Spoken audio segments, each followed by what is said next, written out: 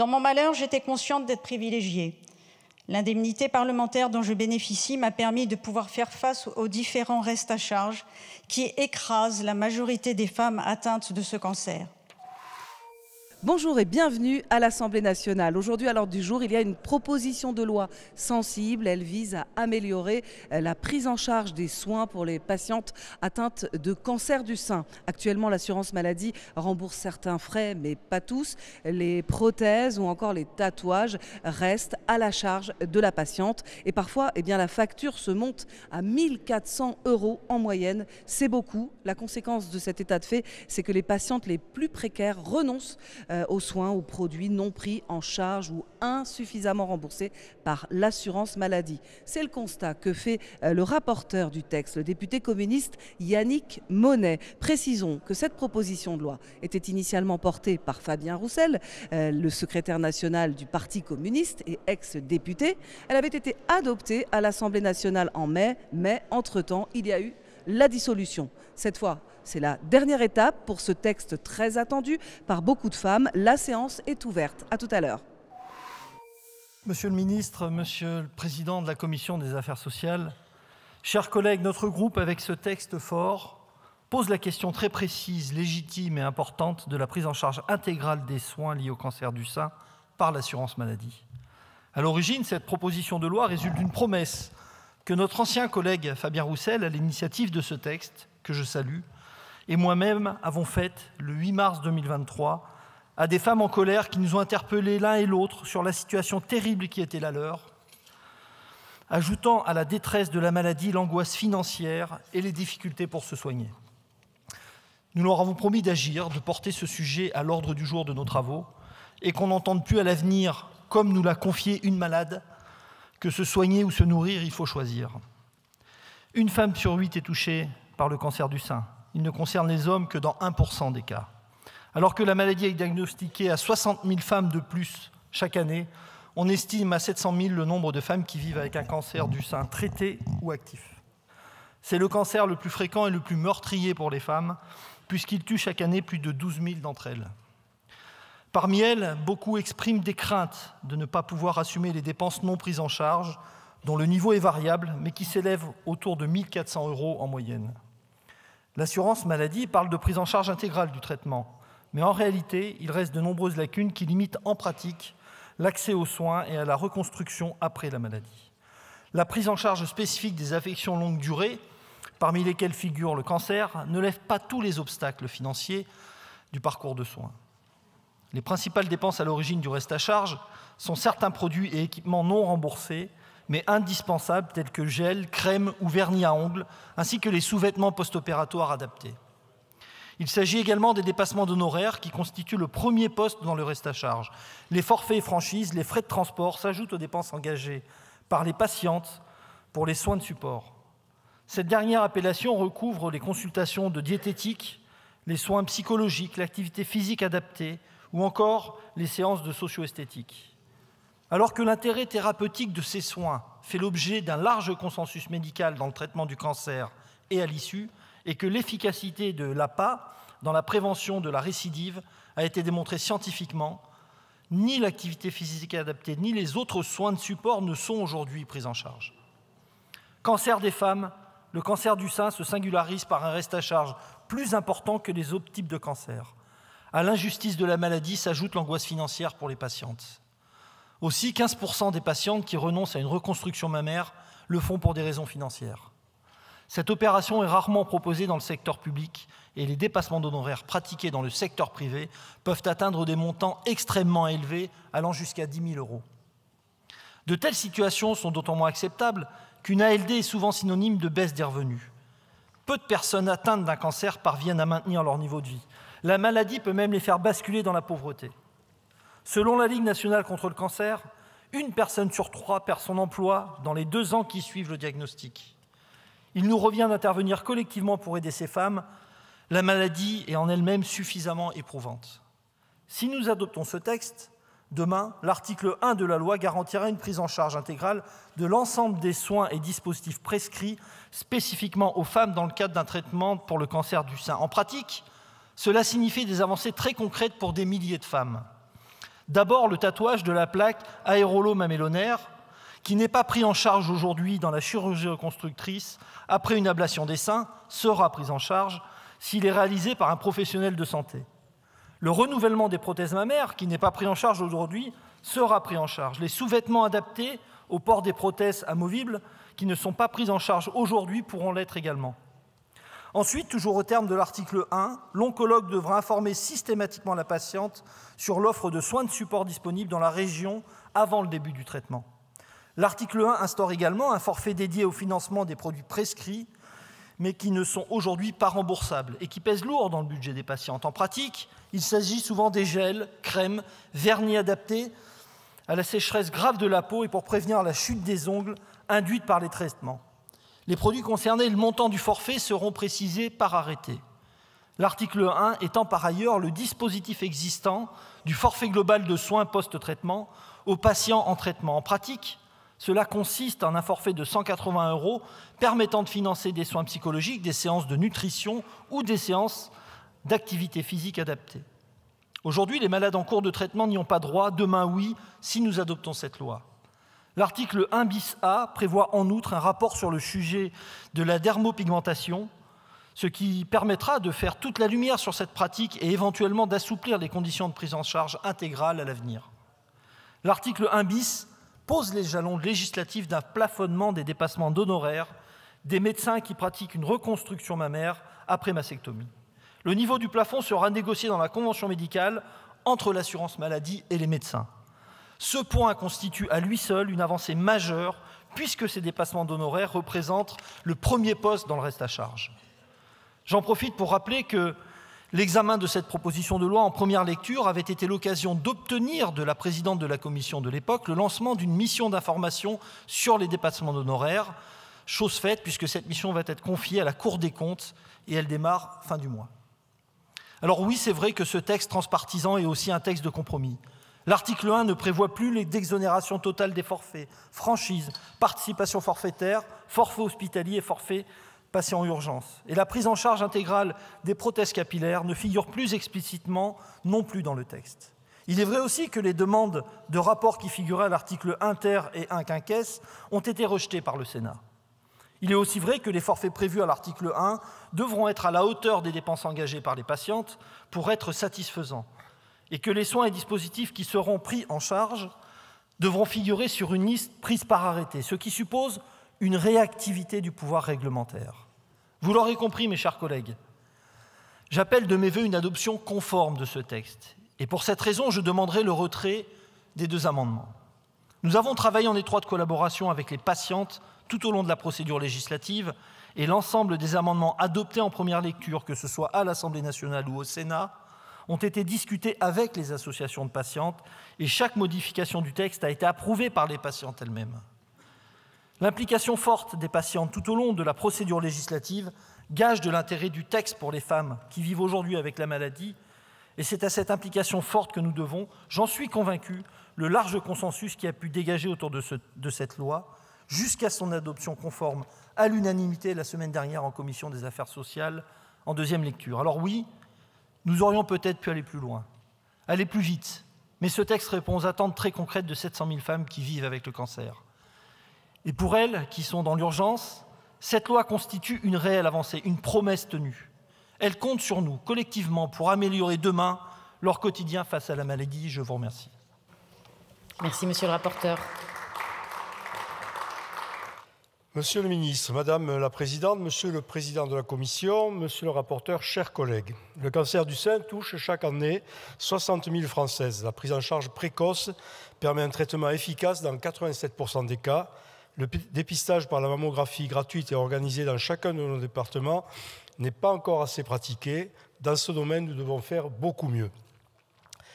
Une nouvelle lecture qui nous est proposée aujourd'hui. Elle permet d'aborder 2 sujets, celui des dépassements d'honoraires et celui de la prise en charge des soins dits de support. Pour ce qui concerne les soins de support, ils sont nécessaires pour traiter les lourdes conséquences et les séquelles des traitements qui sont appropriés. Pour ce qui concerne les dépassements d'honoraires, de quoi parle-t-on ? Il s'agit de sommes d'argent parfois importantes qui sont demandées par les soignants, les chirurgiens, les anesthésistes pour reconstruire un sein ou les deux seins après une chirurgie d'ablation souvent mutilante. Ces interventions permettent ainsi aux femmes de retrouver l'aspect de leur corps. Ces sommes sont souvent très élevées, sans mesure et présentées sans tact. Certes, elles sont remboursées par les mutuelles quand les patientes ont une complémentaire, si le contrat le prévoit, et laissent une somme à la charge des assurés quand le dépassement est au-delà du montant prévu contractuellement. Pour les patientes qui n'ont pas de mutuelle, sans moyens, elles renonceront alors à cette chirurgie réparatrice. Cette réalité est-elle acceptable ?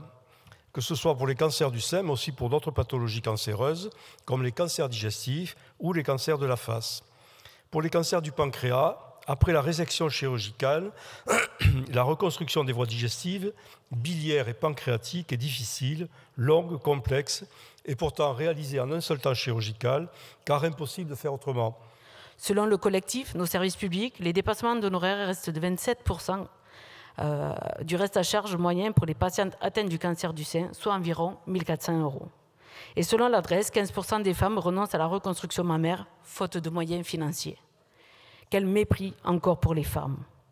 Face à cette injustice, notre groupe proposera donc plusieurs amendements pour interdire ou à défaut limiter les dépassements d'honoraires pour la reconstruction mammaire, pour ne pas qu'elle soit réservée à celles qui en ont les moyens, que ce soit un droit accessible à toutes les femmes, et non pas un luxe réservé à certaines. Nous porterons également un rapport demandant un remboursement intégral des soins du cancer du sein sans reste à charge par la mise en place d'une 100% Sécu. En effet, en 3 ans, les tarifs des complémentaires santé privés ont augmenté de 20%.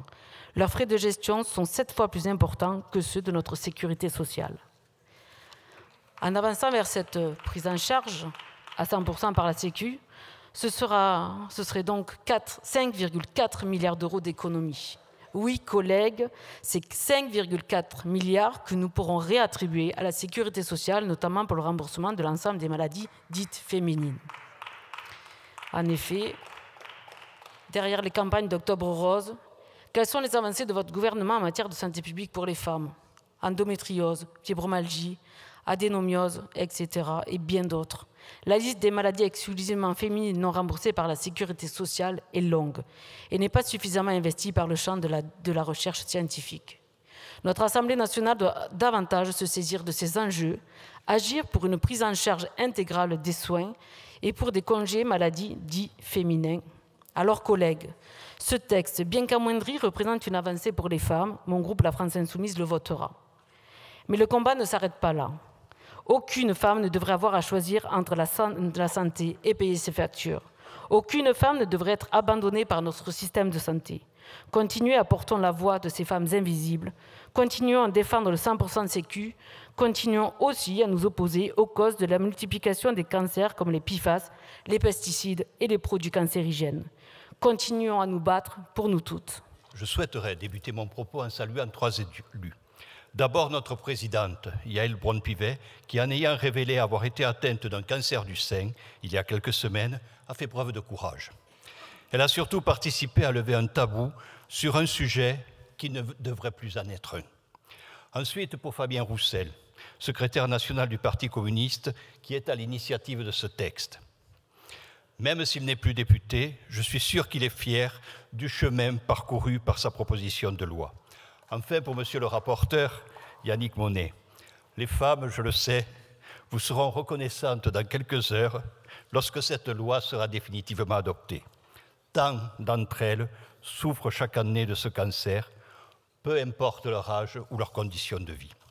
Cependant, chacune d'entre elles devrait pouvoir en guérir sans pour autant mettre en péril sa santé financière. Car c'est bien de cela dont il s'agit aujourd'hui. Permettre la prise en charge intégrale par l'assurance maladie des frais liés au cancer du sein.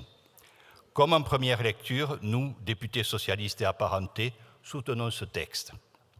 En effet, il répond à un enjeu majeur de santé publique. Alors que 60 000 femmes, nous l'avons dit, apprennent chaque année qu'elles souffrent d'un cancer du sein, 12 000 d'entre elles en meurent. Afin d'éviter cela, nous devons agir et agir vite. En matière de prévention, nous devons faire plus et mieux. Et si ce texte n'aborde pas ce volet, j'espère qu'une prochaine loi complétera les dispositifs prévus.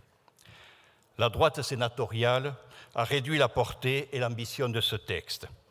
Cependant, chers collègues, nous devons faire adopter cette loi.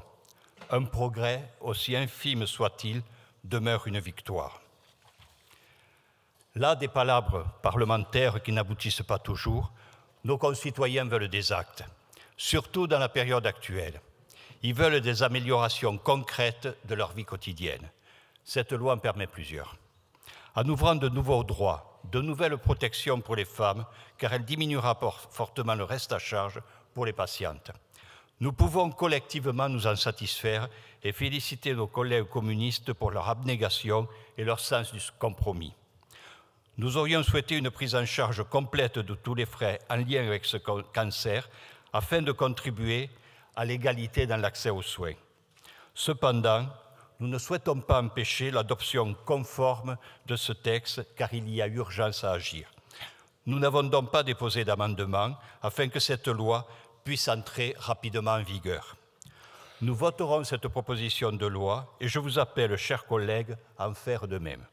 Nos concitoyennes nous regardent, nous pouvons agir, nous devons agir, soyons à la hauteur. Je vous remercie. Ce cancer étant particulièrement mutilant, les soins et les dispositifs nécessaires en parallèle des traitements médicaux représentent un reste à charge très important allant de 1 300 à 2 500 €, selon, bien sûr, la Ligue contre le cancer. Il s'agit le plus souvent de perruques, de mamelons en silicone, de soutien-gorge compressif post-mammectomie, de sous-vêtements adaptés, au port de prothèses externes ou encore de soins de support. Si la problématique du reste à charge affecte toutes les pathologies lourdes, la situation est critique pour le cancer du sein, puisque plus des 3/4 des patientes et patients sont exposés à un reste à charge, plus que pour tous les autres types de cancers. Les sénateurs ont réécrit l'article 1er bis pour permettre que les dépassements d'honoraires relatifs à des actes chirurgicaux de reconstruction mammaire consécutifs à un cancer du sein puissent être plafonnés dans le cadre des négociations conventionnelles entre les syndicats représentatifs des médecins et l'Union nationale des caisses d'assurance maladie. L'objectif étant de faciliter l'accès à ces opérations. Il est par ailleurs recentré le dispositif de l'article 1 afin qu'il prévoie une prise en charge intégrale des frais jugés spécifiques au cancer du sein, notamment ceux consécutifs à une mammectomie ou une tumorectomie, tatouage médical, renouvellement des prothèses mammaires. Mes chers collègues, il est indispensable que la solidarité nationale soutienne et accompagne toutes les femmes de toutes les générations qui affrontent non seulement les défis médicaux, mais aussi de lourdes pressions financières et émotionnelles. J'ai horreur qu'on me regarde comme une malade. La pire phrase, pour moi, c'est « ma pauvre ». Donc je fais tout pour maintenir une vie normale, mais ça veut dire, malgré ma demi-solde, mettre la main au porte-monnaie. Cindy souffre d'un cancer du sein devenu métastatique. Et chaque mois, ce sont des centaines d'euros, parfois plusieurs milliers qu'elle débourse. Dans les couloirs de l'hôpital, je discute avec des jeunes femmes. C'est leur corps qui est diminué, la vie de couple qui est touchée, souvent le divorce à la clé. Et elles arrivent, leur tête pleine des soucis avec le banquier. Moi, j'ai cette chance, grâce à mon mari, je peux payer. Pour couvrir ma maladie, pour régler les crédits, il a changé d'emploi, il a trouvé un poste mieux rémunéré. La maladie est une épreuve, une terrible épreuve. Une épreuve pour la santé, bien sûr, mais pour le moral également. Elle ne devrait pas se doubler d'une autre épreuve financière. Or, aujourd'hui, c'est le cas. Médicaments, consultations, transports, vêtements adaptés, sous-vêtements, crèmes dermatologiques, prothèses capillaires, le cancer du sein serait, d'après la Ligue, l'un des plus coûteux pour les patientes. Le reste à charge se chiffre à plusieurs milliers d'euros, 1 391 minimum pour une prothèse mammaire, 4 000 avec les dépassements d'honoraires. Cindy, il faut avoir de l'argent quand on est malade. Enfin, je tempère. Si les opérations, les médicaments n'étaient pas remboursés, on serait endetté pour des siècles. La boîte que je prends, là, pour 20 jours, c'est 9 000 €. Je vais râler. Oui, après, je vais râler. Je vais dénoncer les lacunes, les manques, les insuffisances. Mais d'abord, je veux dire mon salut à la Sécu.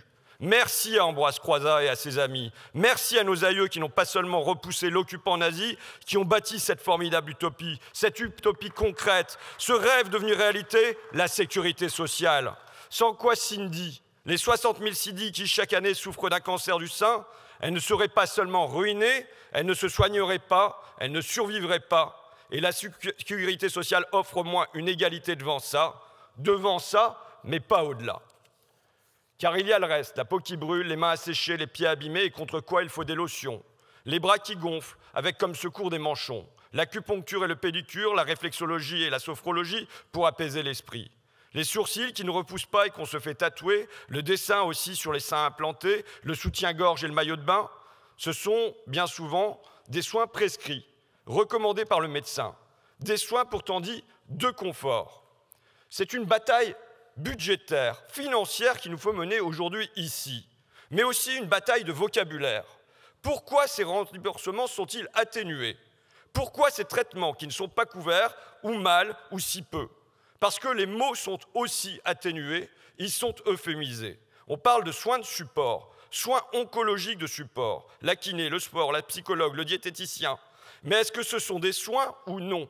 Ou des soins à moitié? Ils sont recommandés par le médecin, alors ce sont des soins, point. Nausées, vomissements, rougeurs, démangeaisons, diarrhée, constipation, épuisement, perte de goût, d'odorat, maux de tête. Voilà les effets secondaires de la chimio. Contre tous ces maux, les femmes recherchent des remèdes pour leur réconfort, pour se soulager. Comment oser les nommer encore de confort? Et puis, il y a l'implant capillaire, la perruque comme on dit. La chimio va me faire perdre les cheveux durant des années, témoigne Cindy. Alors, je me suis acheté une belle perruque en cheveux naturels, mais qui coûte plusieurs milliers d'euros. C'est le prix d'une Twingo. La Sécu n'en rembourse que 350. À ce prix-là, ce sont des perruques de carnaval. En synthétique, ça commence pour de vrai à 1500 €. Cindy prend soin d'elle. Elle se soigne. Parce que, énonce-t-elle, pour être aimé, il faut d'abord s'aimer soi-même. Si je suis dans la honte de moi, la honte de mon corps, je serai mal entouré et je vais m'isoler dans la maladie. Alors, chers collègues, camarades rapporteurs, votre proposition de loi apporte du mieux sur les sous-vêtements, du mieux sur les crèmes et évidemment, on prend. Il n'empêche que demeurent des lacunes, des manques, des insuffisances, des béances sur les implants capillaires, mammaires, les dépassements d'honoraires. Et il nous faudra encore, demain, agrandir l'œuvre d'Ambroise Croizat, le rêve réalisé de nos aînés, et non le racornir, et non le rétrécir. Madame la Présidente, Monsieur le Ministre, Monsieur le Président de la Commission des Affaires sociales, Monsieur le rapporteur, mes chers collègues, le cancer, c'est toujours un drame pour celui qui en est affecté, pour son entourage, pour ses proches, pour la projection de la vie qu'il imagine pour lui-même ou pour elle-même. D'abord, je dis à Yannick Monnet, le rapporteur, que comme je l'avais fait en commission, j'ai une pensée pour notre collègue Fabien Roussel, ça a été très bien rappelé par Frédéric Valletoux tout à l'heure, qui ici n'a pas été à un moment ou à un autre exposé à ce véritable drame. Et en fait, la seule question que nous nous posons, est-ce que nous sommes au rendez-vous? Beaucoup de progrès ont été faits, mais malheureusement, je le dis avec gravité, quand je vois les courbes de dépistage qui sont en train de stagner, voire de diminuer, lorsque, comme vous, au cours du mois d'octobre, j'ai participé à de nombreuses manifestations avec des associations formidables, Octobre Rose, avec des hommes et des femmes généreux qui tendent la main, qui accompagnent dans des circonstances difficiles, est-ce que nous sommes vraiment à ce rendez-vous? Regardez l'histoire de la vaccination, relisez-la. C'était Agnès Buzyn qui était à votre place, Monsieur le Ministre, lorsqu'on est passé à 11 vaccins obligatoires. Il y a eu tous ces débats sur la Covid, passionnés, animés, mais là, nous ne sommes pas au rendez-vous de la prévention. Et je forme un vœu, c'est que ce texte, Monsieur le Ministre, soit pour vous aussi un moyen de faire en sorte que cet enjeu de la prévention, qui est l'enjeu essentiel, central, vous le savez parce que vous êtes médecin, eh bien, ce soit celui que nous saisissions de façon transpartisane, toutes et toutes, car ce n'est pas l'affaire des uns ou des autres, ou des uns contre les autres, c'est notre affaire à tous. Et elle appelle à des moments le dépassement et elle appelle à l'écoute. Donc, ce que vous mettez en place est une petite brique. J'ai bien aimé le mot de Frédéric Valletoux. Nous sommes attachés à l'universalité. Nous sommes attachés au fait que comment on va répondre demain à un homme victime du cancer de la prostate. Comment on répondra aux autres? Dans quel délai? Parce que c'est cela l'histoire. Quand ça sera applicable? Je sais qu'il y a ce très beau rapport qui va sortir de la Cour des comptes justement sur le reste à charge et c'est notre collègue du groupe Ensemble pour la République qui avait soulevé ces questions. Donc devant nous des enjeux absolument considérables. Donc oui, on va dans le bon sens. Il y a eu déjà des mesures qui ont été prises, mais je rappelle qu'il y a un plan cancer les deux qui ont été ministres et qui le sont actuellement le savent, c'était de faire en sorte qu'on diminue de 60 000 le nombre de cancers d'ici 2030. Est-ce que oui ou non, nous serons là encore au rendez-vous? Je n'en suis pas certain. Alors je voudrais vous dire que notre groupe, s'il trouve que l'ambition est limitée, je crois que même pour sauver quelques cas, même pour apporter un signal à celles et ceux qui nous écoutent, à ceux qui nous regardent, nous devons être à ce rendez-vous, nous vous soutiendrons.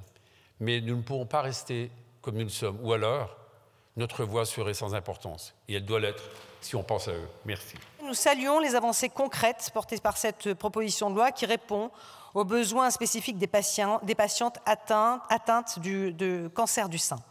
Tout d'abord, elle introduit des mesures essentielles pour alléger les coûts directement liés à cette maladie. La prise en charge intégrale des frais spécifiques au cancer du sein constitue un signal fort.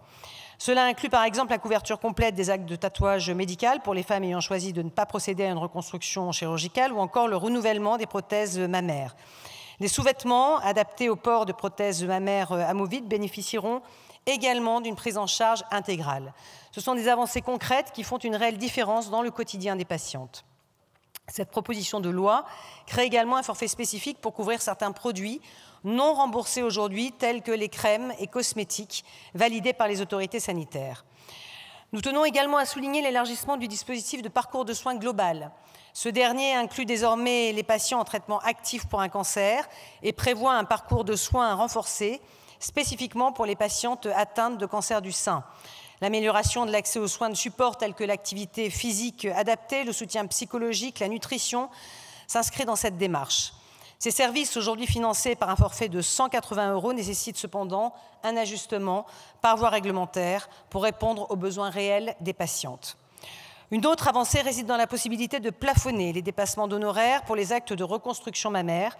Cette mesure, qui sera négociée entre les syndicats représentatifs et les caisses d'assurance maladie, témoigne d'un équilibre entre la justice sociale et la reconnaissance des contraintes financières des professionnels de santé. Alors, le groupe Horizon et Indépendants votera en faveur de cette proposition de loi dans sa version modifiée par le Sénat. C'est une étape, mais c'est une étape qui incarne un compromis pertinent entre la nécessité de répondre aux besoins des patientes atteintes du cancer du sein et le respect des principes fondamentaux de notre système de solidarité nationale. Nous continuerons à défendre une approche globale, équitable, humaine, qui place la qualité de vie et l'accès aux soins au cœur des priorités. Je vous remercie. Pour le groupe Liberté Indépendante Outre-mer et Territoire, la parole est à Monsieur Panifou. Merci Madame la Présidente, Monsieur le Ministre, Monsieur le Président de la Commission, Monsieur le rapporteur, mes chers collègues. Je me réjouis que nous puissions poursuivre l'examen de cette proposition de loi dont l'objectif est d'améliorer la prise en charge des soins liés au traitement du cancer du sein. Si nous apportons un intérêt particulier au cancer du sein, c'est qu'en France, une femme sur 8 développe cette maladie au cours de sa vie. En 2023, près de 61 000 nouveaux cas ont été détectés. Il s'agit du premier cancer chez les femmes, le premier tout type de cancer confondu, la première cause de décès par cancer. Nous le savons, le cancer du sein, en tant qu'affection longue durée, entraîne inévitablement des traitements coûteux et prolongés, quasiment entièrement couverts par la sécurité sociale. C'est un élément précieux, mais reconnaissons-le, malheureusement insuffisant, tant les coûts sont très élevés, sans parler de tous les frais annexes engendrés par la maladie. Pourtant, ces dépenses ne sont pas un luxe. Elles répondent à un besoin vital. Pour les femmes atteintes du cancer, c'est le moyen de ne plus porter dans leur chair les stigmates de la maladie en restaurant l'image qu'elles ont d'elles-mêmes. Dans les faits, le reste à charge élevé est source de dilemme pour de nombreuses malades. Certaines doivent faire des choix douloureux. Près de 15% des patientes qui renoncent à une reconstruction mammaire le font pour des raisons financières. D'autres renoncent aux prothèses capillaires, dont la prise en charge repose en grande partie sur les complémentaires santé. Il nous revient donc d'éviter autant que possible aux femmes qui ont déjà subi cette maladie éprouvante d'être confrontées au final à des difficultés financières, vécues, au dire de certaines, comme une double peine. Notre groupe considère donc que cette proposition de loi est la bienvenue, même si la version issue du Sénat que nous examinons aujourd'hui va moins loin que celle adoptée par l'Assemblée, puisqu'elle revient notamment sur la prise en charge du forfait journalier, des participations forfaitaires et des franchises. Naturellement, nous entendons l'argument développé par les sénateurs tendant à ne pas faire de dérogation pour le cancer du sein vis-à-vis des autres ALD. Toutefois, nous pensons que cette exigence devrait plutôt nous inciter à faire évoluer le dispositif de l'ALD plus largement.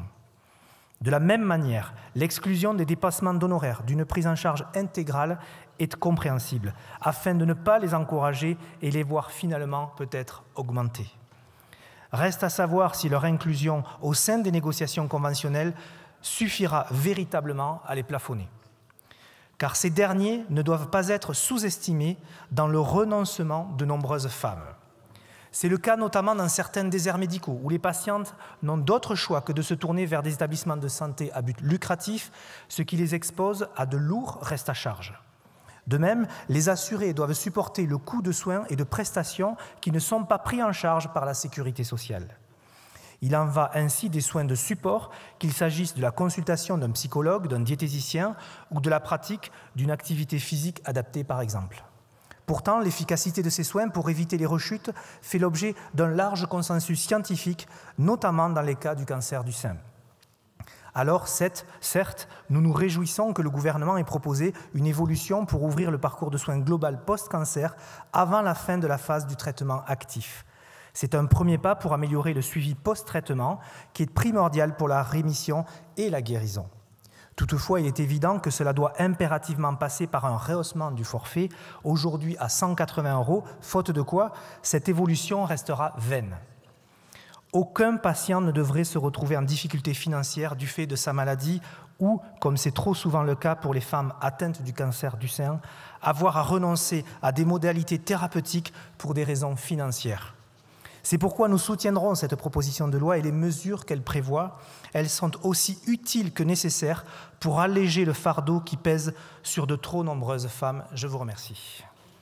Lorsque le mot « cancer » tombe dans le silence d'un cabinet médical, il est d'une grande violence. Ce mot, lourd de sens, brutal, suscite une angoisse vertigineuse, autant pour les patients que pour leurs familles. Cette proposition de loi vise à améliorer la prise en charge des patients atteints d'un cancer du sein. Je salue le travail essentiel qui a été mené par Fabien Roussel et par Yannick Monet sur ce sujet. Le cancer du sein est le plus répandu en France. Il touche environ 60 000 femmes chaque année. Lorsqu'il est dépisté tôt, il offre une réelle chance de guérison. Mais il faut le souligner, ce cancer marque visiblement et durablement le corps des femmes. La chimiothérapie entraîne la chute des cheveux, des cils, des sourcils. Elle fragilise la peau et les ongles. Elle rend la maladie omniprésente et expose les patientes au regard, parfois au jugement de la société. Puis, il y a parfois cette autre épreuve, plus intime et tout aussi dévastatrice, l'ablation d'un sein, parfois des deux. Perdre une partie de son corps est un traumatisme profond, physique et psychologique. C'est tout l'équilibre de l'apparence et de l'image de soi qui vacille. Le regard porté sur soi-même, cette identité corporelle, s'efface pour laisser place à un corps souvent perçu comme mutilé. Dans ce parcours de guérison, la reconstruction mammaire représente bien plus qu'une opération. Elle symbolise la fin d'un combat acharné contre la maladie et l'espoir d'une renaissance. Mais aujourd'hui, toutes les femmes n'ont pas accès à cette étape essentielle. En moyenne, le reste à charge pour une reconstruction mammaire atteint 1 400 €, une somme impossible à réunir pour beaucoup. Elle se retrouve face à une double peine, la maladie et les inégalités économiques. Oui, certains jugent cette proposition de loi insuffisante, au-deçà des mesures initiales, c'est vrai. Le passage au Sénat a supprimé plusieurs dispositions porteuses, mais ce texte reste une avancée importante, même si elle est incomplète face à l'ampleur des besoins. Il est impératif de voter ce texte conforme. Cette proposition incomplète amorce une refonte de la prise en charge du cancer du sein et ouvre la voie à d'autres avancées. Nous aurions souhaité aller plus loin sur le dépassement d'honoraires.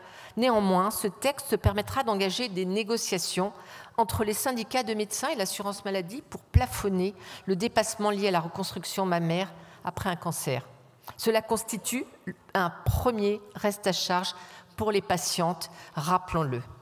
De plus, le lancement d'une mission d'information sur les dépassements d'honoraires qui a été confiée à la Cour des comptes permettra de dresser un état des lieux précis et d'y revenir. L'article 1er de cette proposition introduit une mesure importante, la création d'un forfait pour financer les soins et dispositifs non remboursables liés au traitement du cancer du sein et à ses conséquences sur prescription médicale. C'est une avancée majeure. Ces soins, souvent qualifiés à tort de soins de confort, sont tout sauf accessoires. Ils sont essentiels pour aider les patients à affronter la maladie avec dignité. Car soyons clairs, il n'y a jamais de confort dans la maladie. Cet article garantit également une prise en charge intégrale du renouvellement des prothèses mammaires et des sous-vêtements adaptés. Ces dispositifs permettent aux femmes de retrouver une part de leur identité et de leur féminité mise à rude épreuve par le cancer. Chers collègues, nous le savons, il reste un long chemin à parcourir. Les besoins sont immenses, les attentes des patientes légitimes et nos réponses encore perfectibles. Mais ne tournons pas le dos à cette opportunité. Ne privons pas les malades de ces avancées, aussi modestes soient-elles. Chaque mesure qui les protège davantage ou leur offre un répit est une victoire. Là réside notre rôle. Accompagner, soutenir, protéger. Je vous invite donc à voter ce texte conforme et vous remercie. Merci Madame Bourouat. Pour le groupe UDR, la parole est à Madame Dantorny.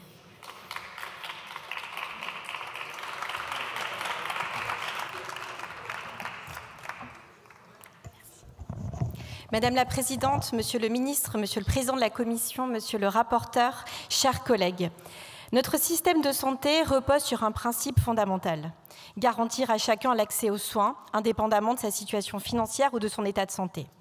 Ce modèle assure une protection contre les aléas de la vie, réduit les inégalités et permet à tous de bénéficier des avancées médicales. Mais aucun système n'est parfait.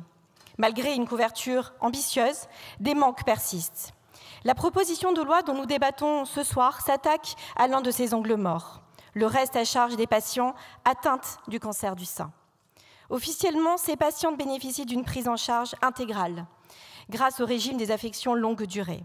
Mais en réalité, de nombreux coûts ne sont pas couverts.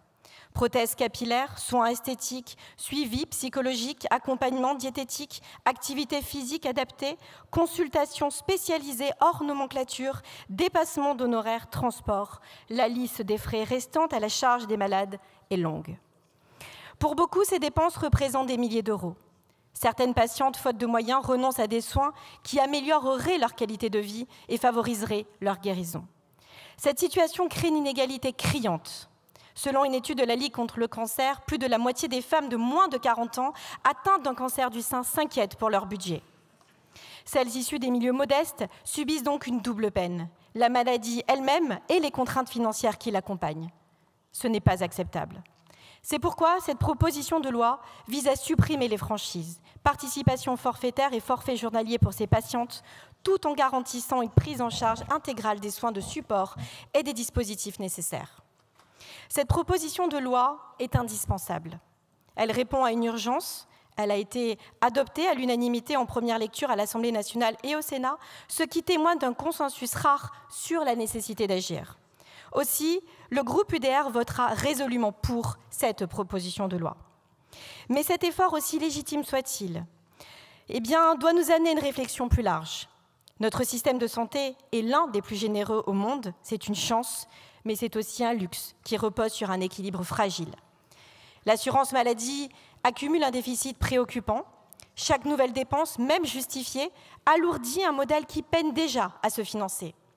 Dans ce contexte, agir pour les patientes atteintes d'un cancer du sein ne doit pas nous faire oublier une réalité simple. Notre système est en faillite. Le déficit de la sécurité sociale culmine à 16,6 milliards d'euros et devrait atteindre 25 milliards de cette année. Notre modèle social est précieux, mais il n'est pas intangible. Il repose sur un financement collectif qui implique des choix. Choisir de mieux prendre en charge les patientes atteintes d'un cancer du sein est une décision de bon sens et de justice sociale. C'est même une priorité. Mais cette priorité implique un autre choix, celui de la responsabilité. La responsabilité et le devoir de porter des réformes nécessaires, des réformes structurelles, afin de garantir à chaque malade atteint d'un cancer une meilleure prise en charge. Pour cela, il faut nous attaquer au gaspillage, aux actes redondants, aux surcoûts liés aux structures administratives et aux inefficiences du parcours de soins. Nous devons assumer une réflexion globale sur la pérennité de notre système. Car on ne peut plus se voiler la face. Si nous ne maîtrisons pas les dépenses, nous prendrons le risque de ne plus pouvoir financer ce qui fait notre force, une protection universelle fondée sur un subtil mélange entre mutualisme et solidarité lorsque cela est nécessaire. La loi que nous étudions aujourd'hui est particulièrement importante. Elle affecte des femmes, mais aussi des hommes, touchés physiquement et psychologiquement par ce cancer et par les traitements spécifiques qui lui sont associés. Les chiffres qui concernent le cancer du sein sont connus. Ils ont été rappelés tout au long de cette séance, mais je crois que l'on ne mesure pas suffisamment l'importance de ce fléau.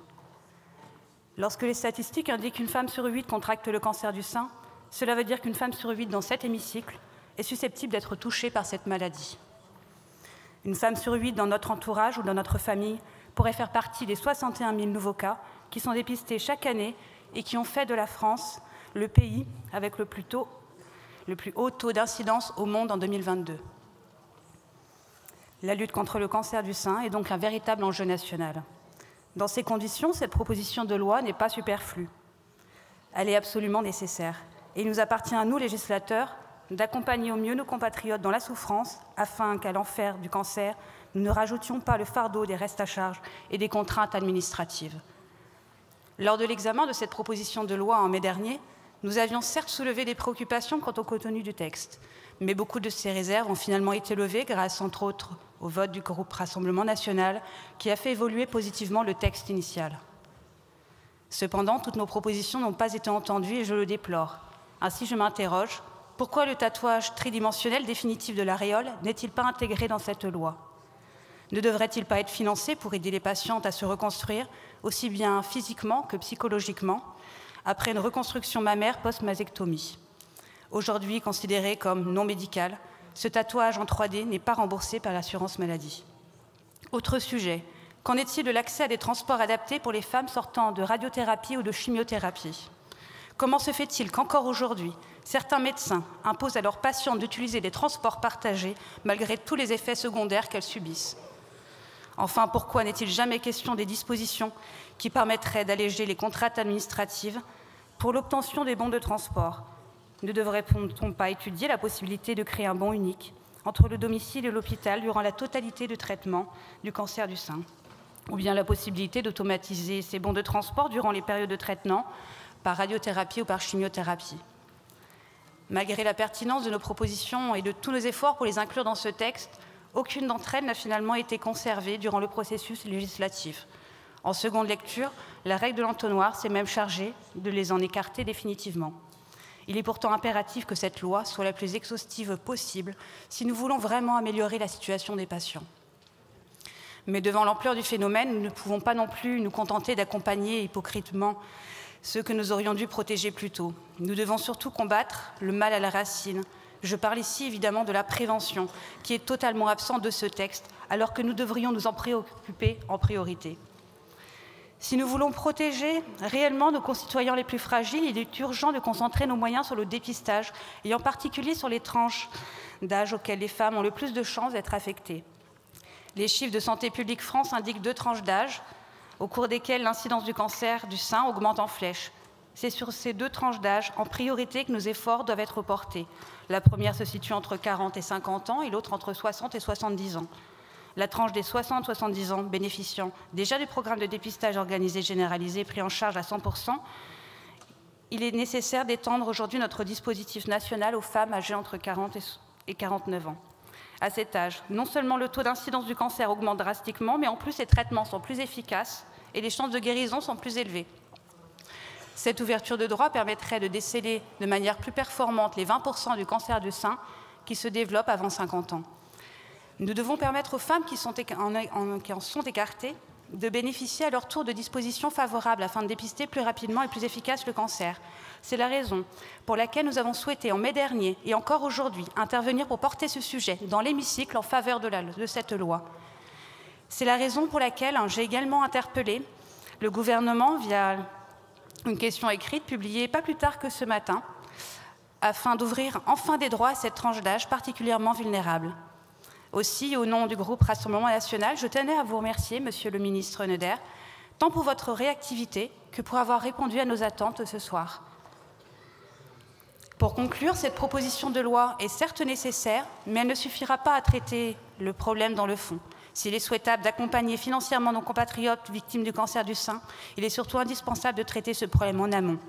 La prévention est la clé qui nous permettra de construire un système de santé plus juste et plus efficace. Je vous remercie. Malgré des recherches et des avancées médicales significatives, la prise en charge du cancer du sein dans notre pays n'est pas à la hauteur de l'épreuve que traversent les malades et leurs familles. Une meilleure prise en charge de ce cancer, c'est améliorer la qualité de vie des malades, limiter les effets secondaires ainsi que les risques de récidive et réduire les dépenses de santé demain. Le texte qui nous est présenté porte une véritable ambition et c'est un signal d'espoir envoyé aux patientes et à leurs proches. Toutefois, malgré un remboursement des traitements, le reste à charge, notamment sur les soins de support, est souvent un frein pour les patientes qui, pour certaines d'entre elles, reportent des interventions compromettant ainsi leur reconstruction. Sans remettre en cause le principe de l'égalité de traitement entre les patientes, il me semble important de revenir sur les questions de la prise en charge des perruques. Lors d'un cancer du sein, la femme est atteinte dans sa chair et dans sa féminité. La perte de cheveux consécutive au traitement est souvent vécue par les femmes comme un préjudice supplémentaire qui porte atteinte à leur identité. Ne plus se reconnaître dans la glace est vécu comme une atteinte à la dignité. Je voudrais ici d'ailleurs saluer à titre d'exemple une entreprise située dans ma circonscription qui s'appelle les Pas de Chichi et qui confectionne des perruques avec les vrais cheveux de la patiente. Et je peux vous dire que ça change tout. Cette initiative inspirante permet aux femmes de retrouver de la confiance et surtout de s'en sentir elles-mêmes. Il ne s'agit pas seulement d'esthétisme, il s'agit de rester soi-même, de se reconnaître tout simplement.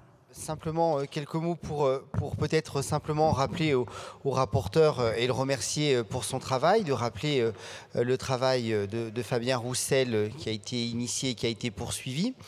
Et sans taquinerie aucune, je répondrai au rapporteur général que je partage sa volonté de pouvoir traiter l'ensemble des cancers jusqu'au dernier euro, mais je crois qu'on ferait une bien meilleure économie de santé publique en France si nous pouvions massivement dépister les cancers et éviter qu'ils arrivent. Je crois que ça réglerait, au-delà des problèmes financiers de notre sécurité sociale, ça améliorerait quand même très nettement la qualité de vie de nos concitoyens, puisque, comme je le disais, le meilleur des traitements, c'est celui qu'on n'applique pas, et c'est de pouvoir faire de la prévention un maximum. En tout cas, je salue la belle unanimité qui anime les bancs ce soir autour de ces sujets. Je pense que ça fait prendre conscience aussi de la nécessité de renforcer la prévention. Philippe Vigier en avait fait un de ses chevals de bataille. J'espère qu'unanimement, nous pourrons poursuivre et pouvoir changer prochainement, après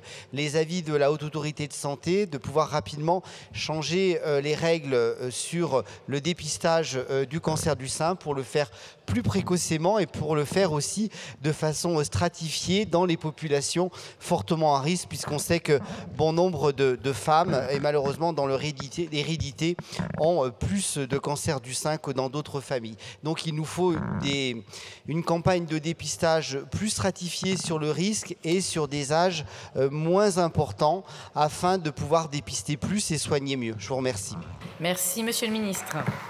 Alors l'examen de cette proposition de loi a été marqué par un moment très fort en séance publique, le témoignage de la députée Marine Hamlet, diagnostiquée d'un cancer début 2024 et qui a subi une ablation du sein. Écoutez. Je donne la parole à Madame Hamlet pour le groupe Rassemblement National.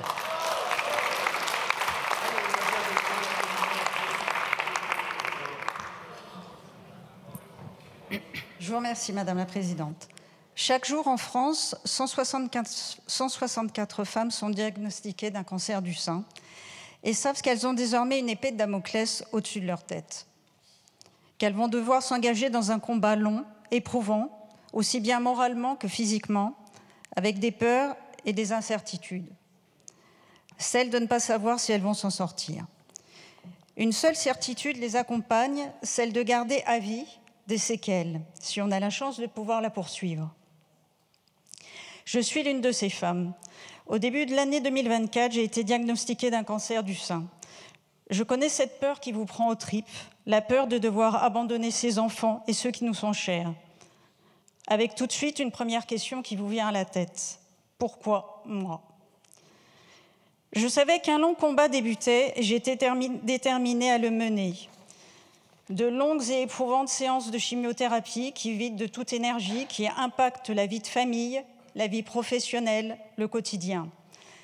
Des nausées, des vomissements à répétition, la prise de poids qui fait suite au traitement, la perte des cheveux, l'ablation d'un sein avec lequel j'avais nourri mes enfants. C'est une maladie qui nous atteint viscéralement, tant elle nous attaque dans notre féminité. Cette maladie, c'est aussi affronter le regard des autres, souvent bienveillant, parfois maladroit. Cette épreuve, je l'ai vécue comme 700 000 femmes en France. Dans ce moment difficile, j'ai décidé de continuer d'exercer mon activité de parlementaire. Tout d'abord par sentiment de devoir envers les Tarn-et-Garonnais qui m'ont accordé leur confiance, mais aussi par solidarité envers toutes ces femmes qui, malgré la fatigue, continuent de travailler parce qu'elles n'ont pas le choix, parce que la vie est dure même sans maladie. Dans mon malheur, j'étais consciente d'être privilégiée. L'indemnité parlementaire dont je bénéficie m'a permis de pouvoir faire face aux différents restes à charge qui écrasent la majorité des femmes atteintes de ce cancer. Cette proposition de loi transpartisane est donc une avancée grandement attendue par des centaines de milliers de femmes. Elle parvient à un dispositif équilibré qui ouvre la voie à des négociations conventionnelles pour encadrer les dépassements d'honoraires pratiqués à des actes chirurgicaux de reconstruction mammaire. Une étape indispensable pour se reconstruire physiquement et psychologiquement après avoir perdu une partie de ce qui nous fait femmes. Aujourd'hui encore, trop de femmes renoncent à cette reconstruction pour des raisons financières. Cette proposition de loi permettra également la prise en charge intégrale du renouvellement des prothèses mammaires et des sous-vêtements adaptés à ces prothèses. Elle permettra également un forfait de 180 € pour la prise en charge des soins de support, tels qu'un suivi psychologique ou nutritionnel, qui sont indispensables face aux effets indésirables du traitement. Elle permettra également le remboursement de la dermopigmentation de l'aréole. À ce titre, je regrette le comportement un peu mesquin des groupes de gauche et de la Macronie qui ont rejeté en première lecture notre amendement qui visait à prendre en charge intégralement la dermopigmentation réparatrice en 3D. C'était une précision nécessaire pour répondre au mieux aux attentes des patientes et leur permettre d'obtenir un résultat au plus proche de la réalité d'un sein naturel, celui qu'elles avaient avant la maladie. Je déplore également le refus de notre amendement qui visait à nourrir une réflexion sur l'ouverture du dépistage du cancer du sein à partir de 40 ans, qui permettait une prise en charge plus précoce de cette maladie.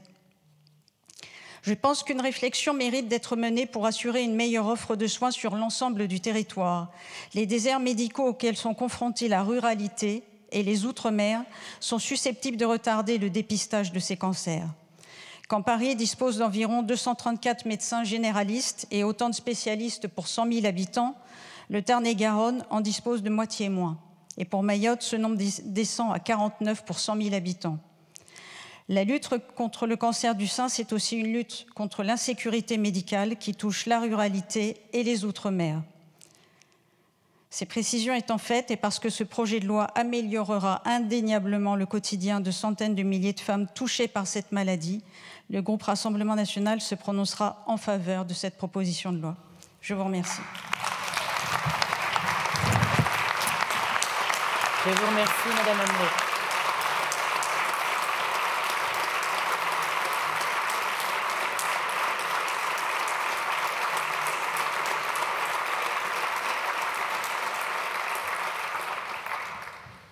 Et je vous remercie de ce témoignage.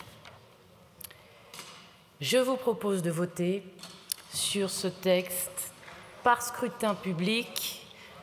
Le scrutin est ouvert.